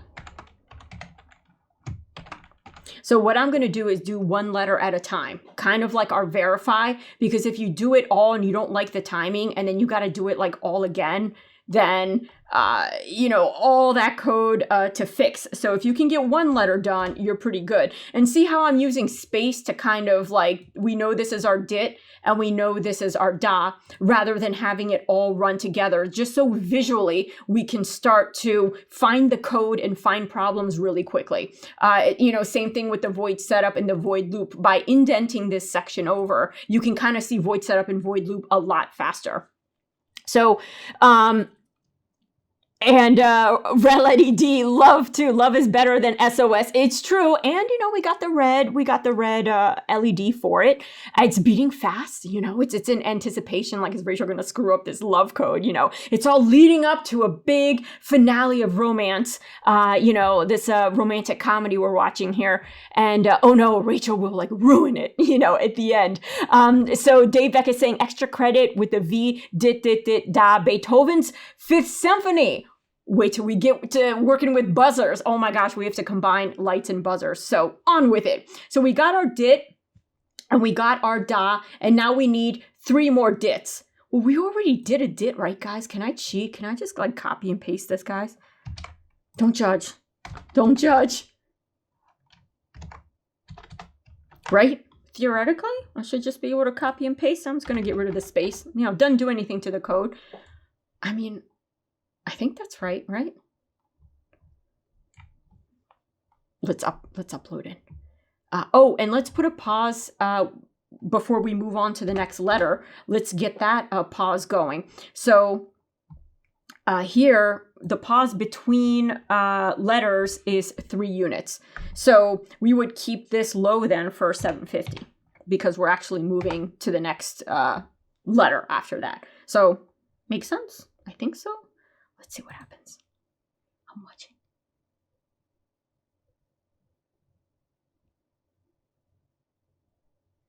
Dit da, dit dit.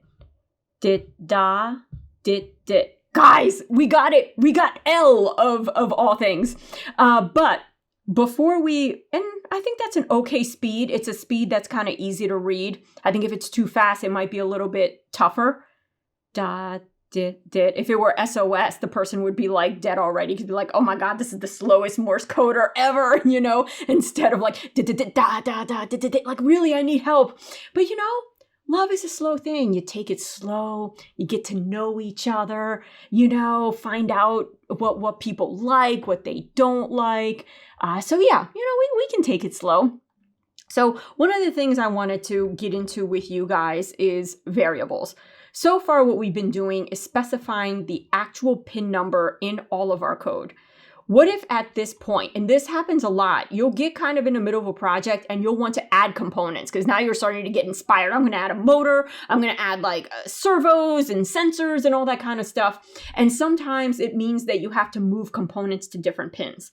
Now, say we had written all of this code. Can you imagine the nightmare if we have to move the LED to another pin and I have to go through the code and find everywhere that I put pin 8 and like change it? What if there was a way that we can specify it one time and then it changes it in the entire code?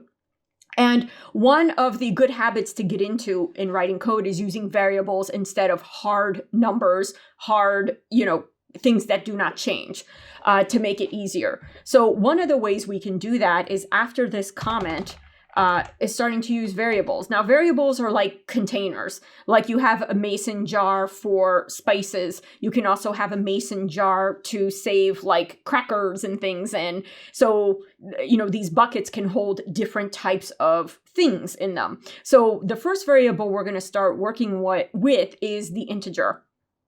So integers, as we know, are whole numbers. 1, 100, 50, 75, -1, they can be negative, -2, -3. They're whole numbers. They're not like 1.5, 1.25. That's not an integer, because it's got decimal points. Dave is saying, I live in the copy and paste world. So he was not judging my copy and paste, just catching up on your comments here. Mo judging here. Of course he means no judging here, but I like Mo too, like Larry says. Slow Hand, great song. So we're all singing our tunes. So back to variables. Is there a way we can make our life a ton easier than like, in case we have to change any of this stuff? So integers, anytime you want to use a number that is whole. So what are whole numbers? Pins, right? There's pin 5, pin 8. There's no pin 5.25. It's just either pin 1 or pin 2 or whatever. So pins actually make great things to use as variables. So to declare a variable, the integer variety, we just abbreviate it to int. And you can see right away, it's Bob Rossin out on us. It is just like all happy. It's a color. So, so we don't write the whole integer. We just write int. Now, what do we want to call this? Like I would call it LED pin, right? You can call it anything you want. There is no right or wrong. You can call it my cat, my dog. But remember, if you have to come back to this code like months from now, are you going to remember what my cat or my dog was? No. So you want to keep the names short but descriptive. So, a variable is the LED pin. Yeah, the pin that the LED is connected to. So it is connected to which pin?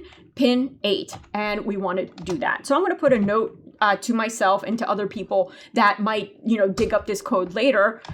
Pin the LED is connected to. So all I have to do, if we were to write this code anew, is everywhere where I see 8, put LED pin. So we'll just do that one time before we get into, all this coding and then have to change it. So instead, LED pin. And LED pin. And LED pin. Now there's more of them. There's more of them. So you can imagine we only have to do this one time.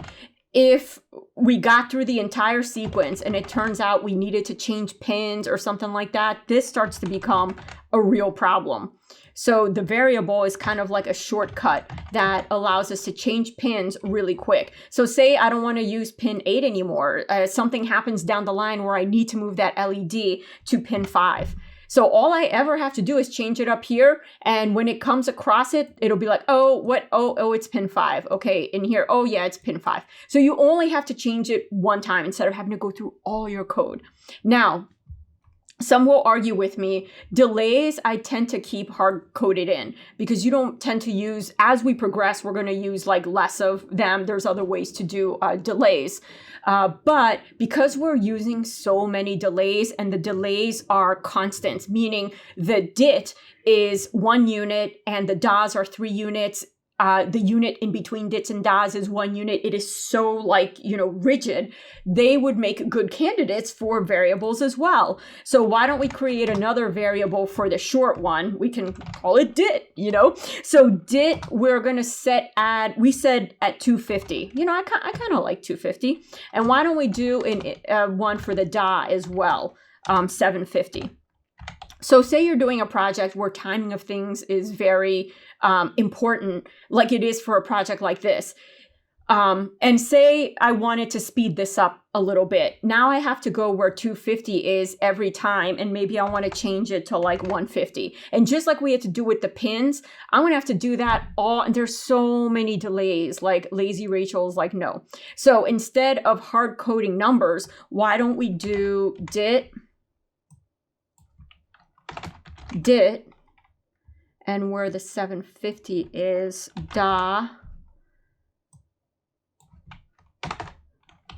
DA, and was that a DA? I hope I'm not just like phoning it in. You know how sometimes you just start like typing and then you're like, oh, I think I did it right. We'll find out soon enough. And that's a DA. All right. So what it's going to do is when it comes to DIT, it's going to be like, oh, what the heck is this? Oh, 250. Okay. Then it'll come to the next one. Oh, yeah, she said it was 250. The DA, what kind of delay is that? Oh, DA, she said, is 750. So it'll basically replace 750 where it says DA for 750 milliseconds. So if we ever want to change this and say, you know what, I want this to run faster. I'm going to do 150 here. And, so that means maybe I want to change it up a little bit. I want to do 550 here. Now it'll change it all in the code and just make our lives a lot faster. Also help you troubleshoot faster and make less errors, So I'm going to change this back and see if I got this right. And I'm going to change the pin back to 8 so we don't have to move anything in our circuit. And theoretically, all this should be replaced with its, respective variables and things. So let's see here. I'm going to upload, which it verifies, compiles, and uploads at the same time. So let's see. What was the L? The L is DIT, DA, DIT, DIT. Okay. DIT, DA, DIT. Uh-oh, I did something. Dit, da, dit, dit. Okay, so here, dit, da, the da goes way too much. So this has to be a dit right here. All right. So I remember I was like, I think I kind of put a da where a dit should be, and let's see what happens. All right. Dit, da, dit, dit, dit, da, dit, dit. All right. So we have our L, people. So let's see if we can quickly get our other ones going. I'm going to copy this comment here.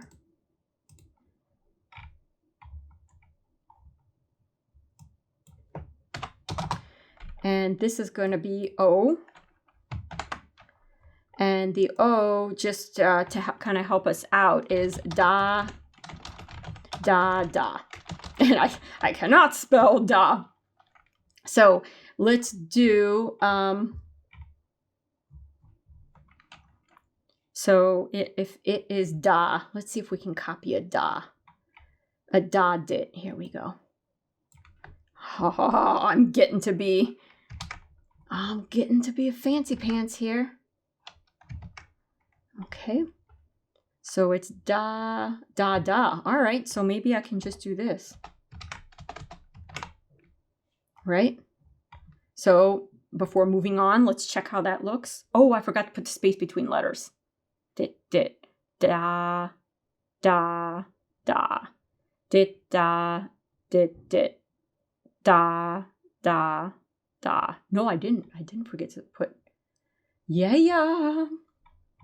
All right, because it is 3 units, so that would be the 750. Perfect. All right, so we got the O done super quick because it was like 3 dots, so we can copy, paste. So let's do the V. Yes, that's what we're on. And V is dit, dit, dit, da. All right, so let's see if we can copy some stuff here. Dit.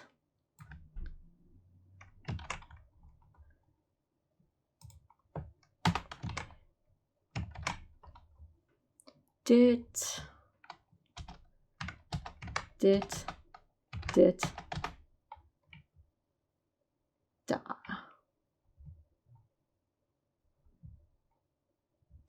And I probably have to change this to da going into the V. Because remember, we need 3 units before the next letter. So, dit, dit, dit. Oh, yes, I need a da, which would be kind of this guy over here. Okay, we're going to speed through it and hope it is correct. All right. Now we need E, which is the simplest one. And you can see that I'm using comments to kind of help break up the code, help kind of like, you know, what letter is what letter. Because can you imagine all these digital, like, you know, we'd have to like dit, dit, da, dit, you know, try and figure everything out. So E is just a dit. So let's, I'll just take this one.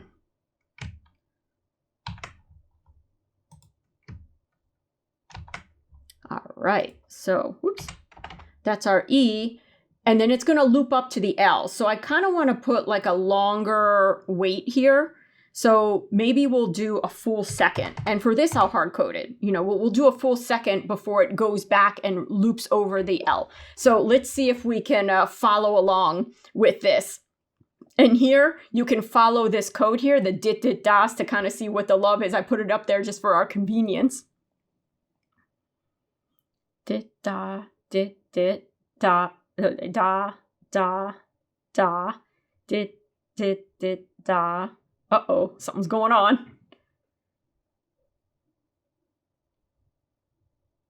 Da, da, dit, dit, dit, dit, da. Dit. All right, no. Dit, da, dit, dit, da, da, da, dit, dit, dit, da, dit.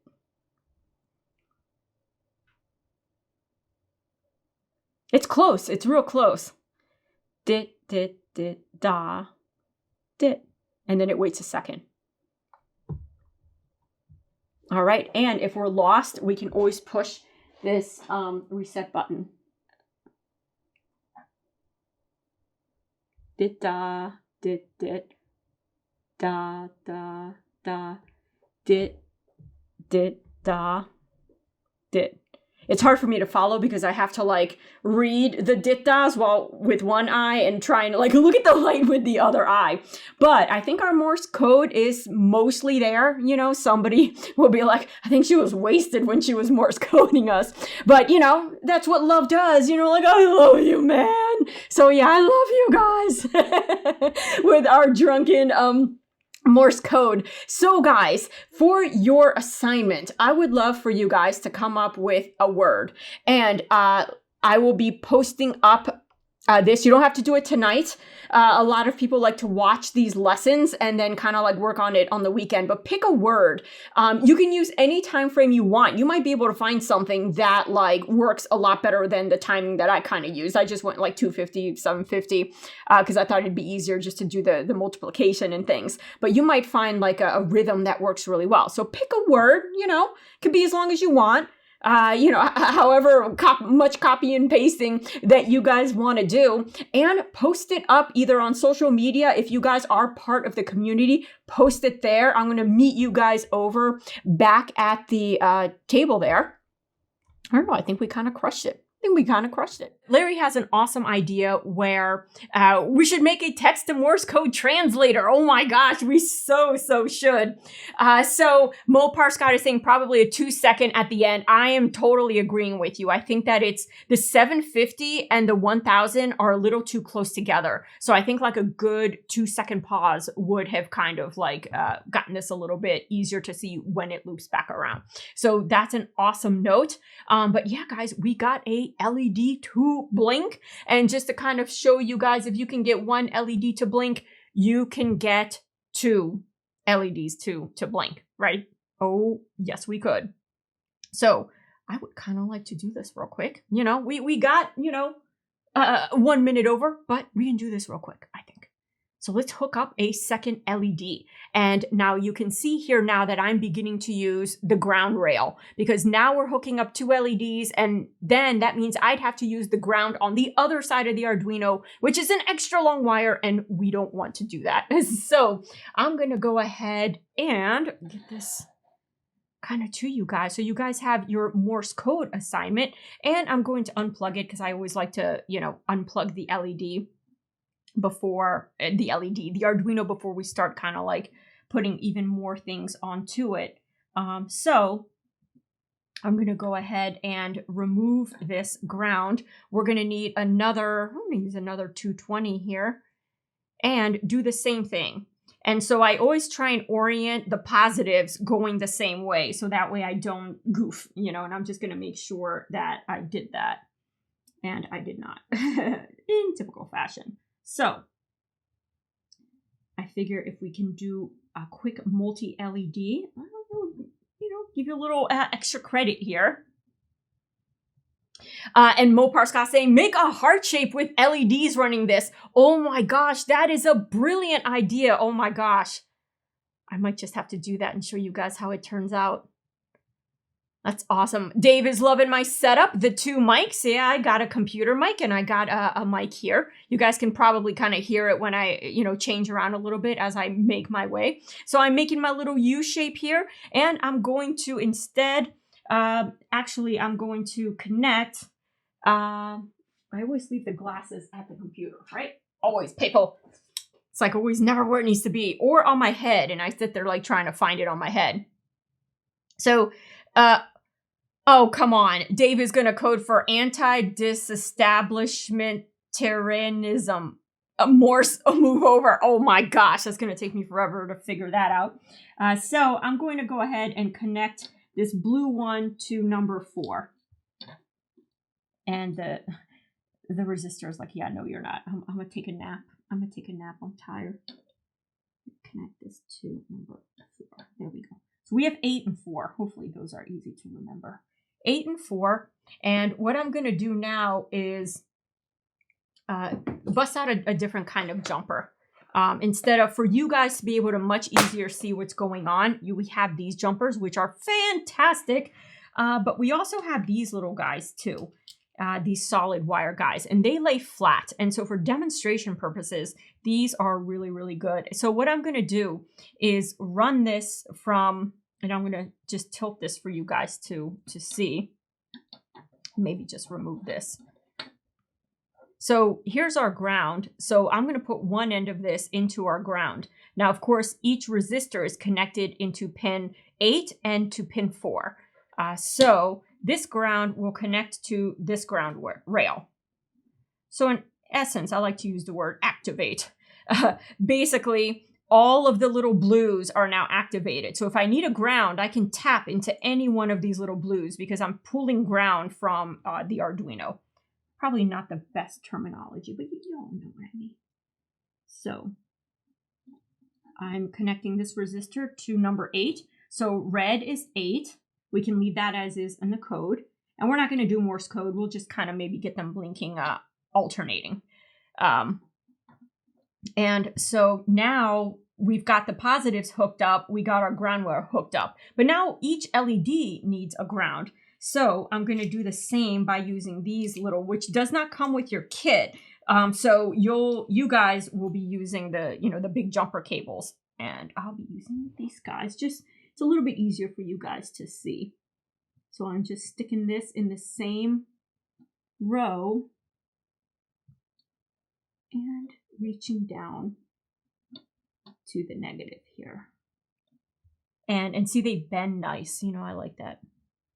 These are a little long for this purpose, but they don't make two. And here is, and this is where your hands have to get like very creative.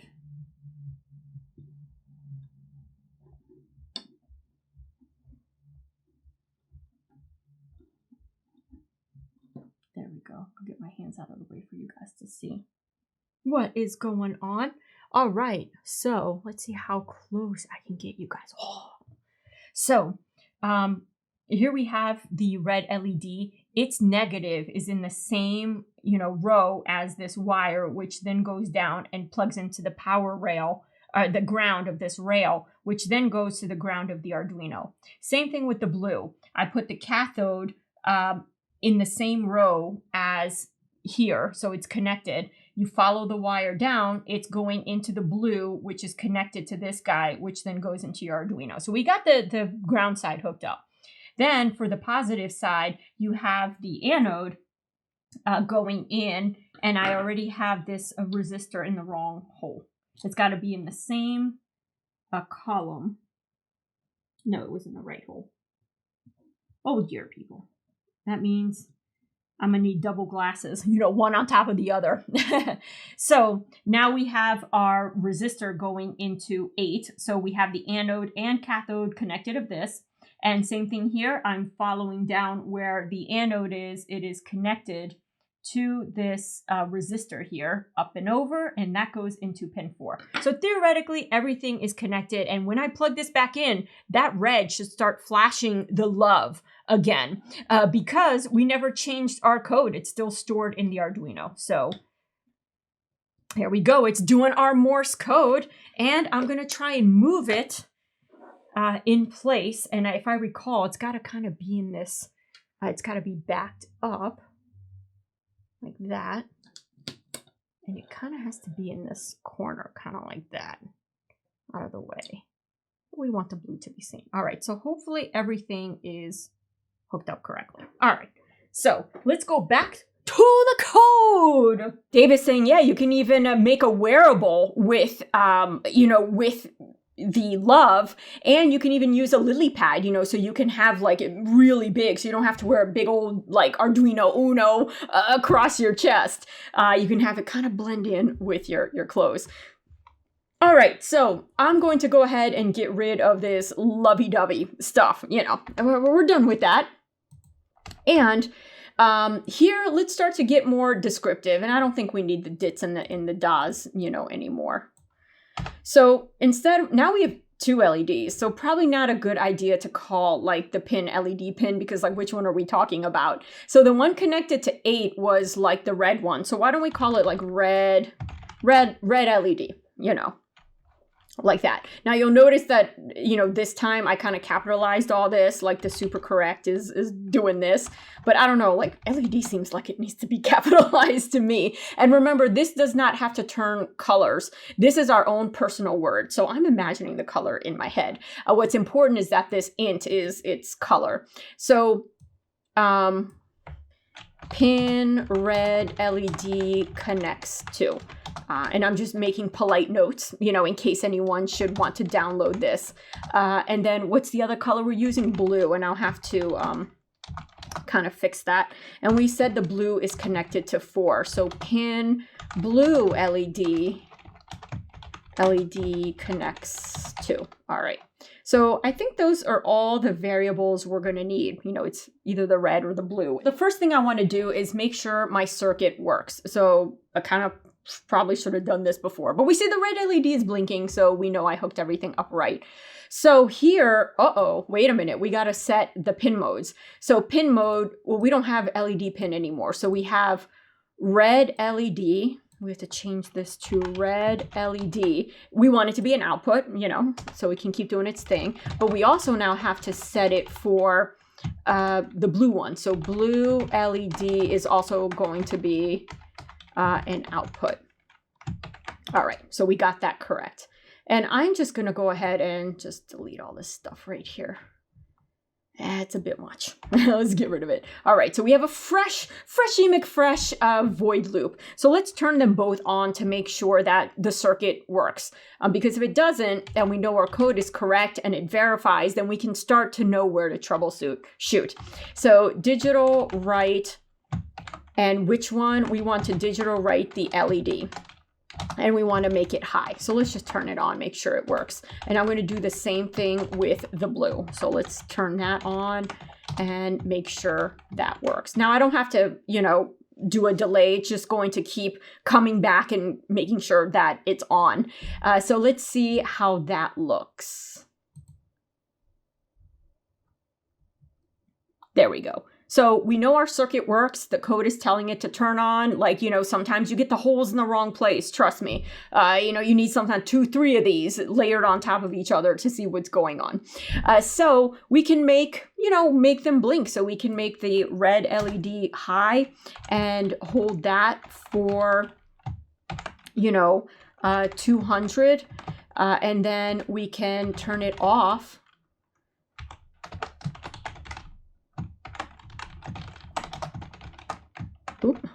Low, and also, you know, we can keep it even just to show you guys how to you know, make a circuit with more than one LED. And you see each one goes into a separate pin. Can you make LED share pins? Not technically, but you know, we'll get to that. And then we'll make the blue LED high for, you know, also 200, and then we'll make it low, make it turn it off. Low for. All right, so sometimes I like to mentally go through what's going to happen here. So the red LED is going to turn on for 200. Then it'll turn off for 200. Then actually we can just maybe just leave it off. And the blue will turn on and then it will turn off. Let's see what happens if we don't use the last delays.